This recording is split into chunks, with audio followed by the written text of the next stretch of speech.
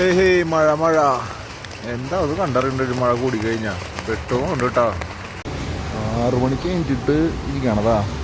ടെൻറ്റിൻ്റെ പുറത്തുനിന്ന് നായ ചെരുപ്പൊക്കെ എടുത്തുണ്ടായി. എന്നിട്ട് നായേനും ചെരുപ്പും കൂടി തിരഞ്ഞു തരുന്നത് ഇപ്പോൾ സെറ്റായുള്ളൂ. അങ്ങനെ ചെരുപ്പൊക്കെ കിട്ടി റെഡി. പോട്ടെ പോട്ടെ സമയമായി. അടുത്തത് ബേലൂര്. ഇവിടുന്ന് എത്ര 45 കിലോമീറ്റർ ഉണ്ട്. കടപ്പനായി മുടി വളരണ വിളിച്ചോട്ടാ. നിറച്ചാണ് ഇത്. എന്താ ഇവിടെ ഫുൾ ആൾക്കാരാണ്. നാട്ടിൽ മുടി കണ്ടവർക്കൊക്കെ നേരെ വിളിച്ച് പോന്നോ. ഇവിടെ ഉണ്ടത് ഉണ്ടാക്കണത് എല്ലായിടത്തും കാണിച്ചിട്ടുണ്ട് കേട്ടോ. രാവിലെ തന്നെ ഇവർക്ക് വേറെ പണിയൊന്നുമില്ലേ. നല്ല കച്ചവടമുണ്ട്. വഴിക്ക് കുറച്ച് ചേട്ടന്മാർ വന്നിട്ട് ബോഡി പെയിൻ ഇതിനൊക്കെ വേണ്ടിയിട്ടുള്ള സംഭവം ക്രീം ഇവരാണ് വണ്ടിയിലൊക്കെ വന്നിട്ട് കൊടുന്നെന്താ ബോഡി പെയിൻ നല്ലതാണെന്ന് പറഞ്ഞിട്ട് ഇവരുടെ കമ്പനിയുടെ പ്രോഡക്റ്റ് ആണെന്ന്.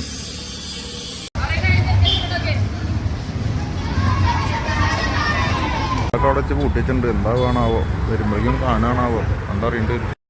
അങ്ങനെ ബേലൂരെത്തി. ബേലൂർ ടെമ്പിൾ എന്ന് പറഞ്ഞു കഴിഞ്ഞാൽ ചെന്ന കേശവ ക്ഷേത്രം എന്നൊക്കെയാണ് ഇതിന് പറയുന്നത്. അന്ന് കർണാടക ജില്ലയിൽ തന്നെ അസൻ എന്ന് പറഞ്ഞ സ്ഥലത്താണ് ഈ ബേലൂർ ക്ഷേത്രം സ്ഥിതി ചെയ്യുന്നത്. ബേലൂർ എന്ന് പറഞ്ഞ സ്ഥലത്താണ് ഈ ക്ഷേത്രം സ്ഥിതി ചെയ്യുന്നത്. ഇത്ര 12-ാം നൂറ്റാണ്ടിൽ കണ്ടാണ് ഈ അമ്പലം ഉണ്ടാക്കിയിരുന്നതെന്ന് പറഞ്ഞു കേട്ടെ. പിന്നെ എത്രയാണ് 103 വർഷം എടുത്തിട്ടുണ്ട് മൊത്തം ഈ അമ്പലം പണിയാൻ വേണ്ടിയിട്ട്. പിന്നെ ഓരോ ടൈമിൽ യുദ്ധം ഉണ്ടാകുമ്പോൾ ഇത് ഓരോ കംപ്ലൈൻറ്റ് വരും, ഇത് വീണ്ടും റെഡിയാക്കുക. അങ്ങനെ കുറേ പ്രാവശ്യം പ്രശ്നങ്ങളായിട്ട് വീണ്ടും റെഡിയാക്കലൊക്കെ ഉണ്ടായിരുന്നു. പിന്നെ മെയിനായിട്ട് ഇതിലെന്ന് പറഞ്ഞു കഴിഞ്ഞാൽ കുറേ നൃത്തം ചെയ്യണ ആൾക്കാരുടെ രൂപങ്ങളൊക്കെയാണ് കൂടുതൽ ഇതിൽ കാണാനൊക്കെ ഉള്ളത്. അങ്ങനെ പിന്നെ കഥകൾ പറയുക കുറേ പറയാനുണ്ട്. അങ്ങനെ നിങ്ങളെന്തായാലും പോയി കണ്ടു നോക്കിയൊക്കെ എങ്ങനെ ഉണ്ടെന്നുള്ളത്.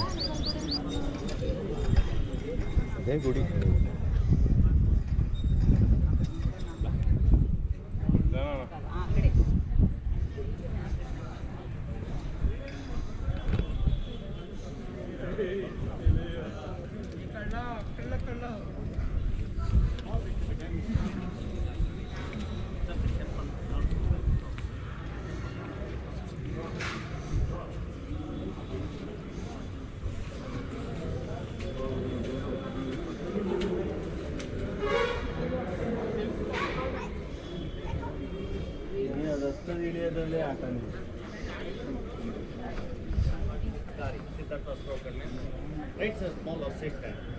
Sir, right sir, smaller sit and give the Kalavata. The third left sir, assist the water from the bowl. No body festival. Sir, this is Keravani. Sir, in Kannada, Kera. Kera means bird. Body means missile. The bird set in the right hand, the lady what in the letter in the left hand. Say this is the missile, left side of sit. Then left side of sit, and in the mark on the stand of sit upright.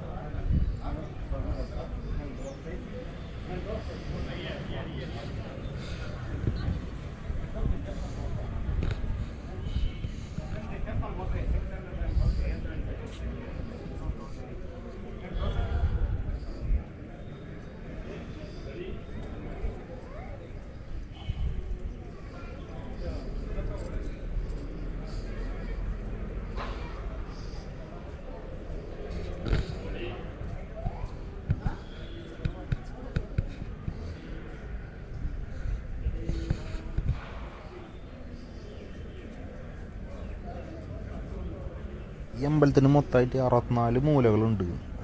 പിന്നെ പ്രവേശിക്കാനുള്ളത് 4 കവാടങ്ങളാണുള്ളത്. 48 തൂണുകളും ഉണ്ട്. അതൊക്കെ കാണാൻ തന്നെ, തൂണുകളൊക്കെ കാണാൻ ഗംഭീര ഭംഗിയാണ്. കാണാൻ മാത്രമല്ല ഉണ്ട്.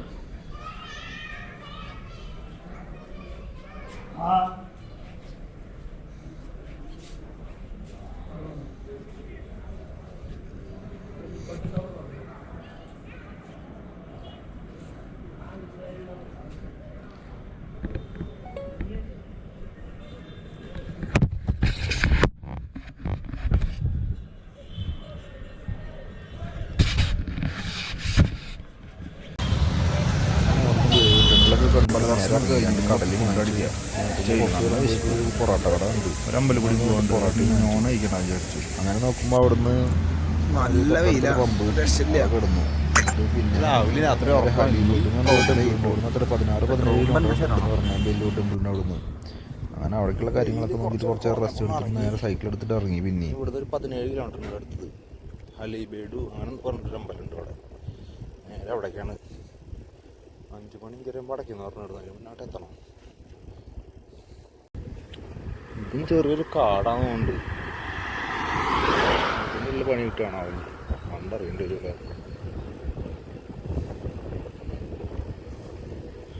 അടിയും ഇടിയും കാട്, ഫുൾ കാട്, കാടും ഞാനും മാത്രം. അമ്പലത്തിനോടൊക്കെ പിന്നെ വയ്യാണ്ടായി. നേരെ കക്കരിക്കാരൻ വന്നിട്ട് പടയാൻ വിചാരിച്ചു.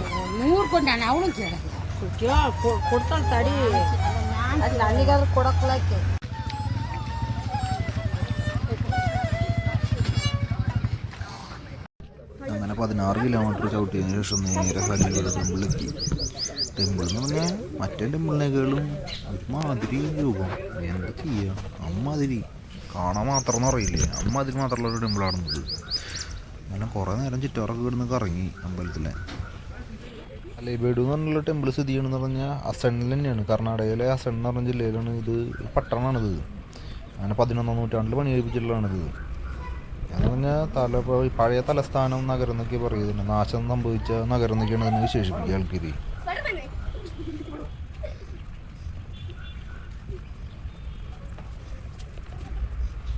പിന്നെ ഈ ടെമ്പിളിനെ കുറിച്ച് പറഞ്ഞു കഴിഞ്ഞാൽ ടർക്കോ പേർഷ്യൻ ഡൽഹിയുടെ സൈന്യം 2 തവണ കൊള്ളയടിച്ചിട്ടുണ്ടായിരുന്നു. അതിന് ശേഷം കേടുപാടുകൾ വന്നിട്ട് ഉപേക്ഷിച്ചു. അങ്ങനെയാണ് ഇതിന് ഹലൈബേഡു എന്നുള്ള പേരൊക്കെ വന്നിട്ടുള്ളത്.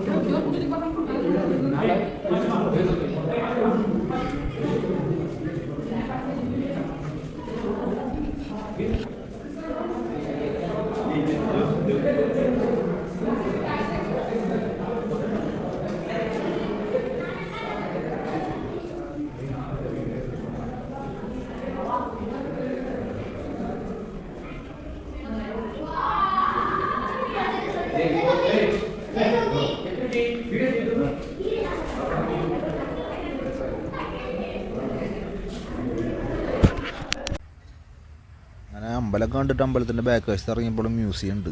മ്യൂസിയത്തിനുള്ളിൽ ക്യാമറ ഒന്നും കയറ്റാൻ പറ്റില്ല. പിന്നെ ഞാൻ കയറാമെന്നല്ല ഉള്ളി. അങ്ങനെ അവിടെ ചുറ്റാറൊക്കെ നടന്നിട്ട് നോക്കുമ്പോൾ ശ്രാവണബെലഗോളയിൽ കണ്ട പോലത്തെ ഒരു ഇത്. അപ്പോൾ കുറച്ച് നേരം അതൊക്കെ നോക്കിയിരുന്നു. പിന്നെ പറഞ്ഞാൽ ഇതിൻ്റെ സൈഡിൽ തന്നെ വലിയൊരു കായലൊക്കെ ഉണ്ട്. അപ്പോൾ എന്ന് പറഞ്ഞാൽ ആൾക്കാർക്ക് വന്നു കഴിഞ്ഞാൽ റെസ്റ്റ് ചെയ്യാനും ആസ്വദിക്കാനൊക്കെ പറ്റിയ സ്ഥലമാണ്. കുറേ വിസ്താരമായിട്ടുള്ള സ്ഥലമുണ്ട് റെസ്റ്റ് എടുക്കാൻ കുറേ. അങ്ങനെ അമ്പലം കണ്ടിട്ട് ഞാൻ നേരെ ഇറങ്ങി. അടുത്ത പെട്രോൾ പമ്പ് പിടിക്കണമല്ലോ, എടുക്കാനുള്ള കാര്യങ്ങൾ നോക്കണ്ടേ. അങ്ങനെ സൈക്കിളൊക്കെ നോക്കിയപ്പോൾ സൈക്കിൾ സേഫാണ്, ഒന്നും പോയിട്ടൊന്നുമില്ല എന്ന് വിചാരിച്ചിട്ട്. അങ്ങനെ നേരെ സൈക്കിളൊക്കെ എടുത്തിട്ട് ഇറങ്ങി വരല്ലേ. അങ്ങനെ നേരെ നോക്കുമ്പോൾ കുറച്ച് കണ്ട് പോയി ഒരു 5 കിലോമീറ്റർ പോയപ്പോൾ ഒരു പെട്രോൾ പമ്പ് കിട്ടി.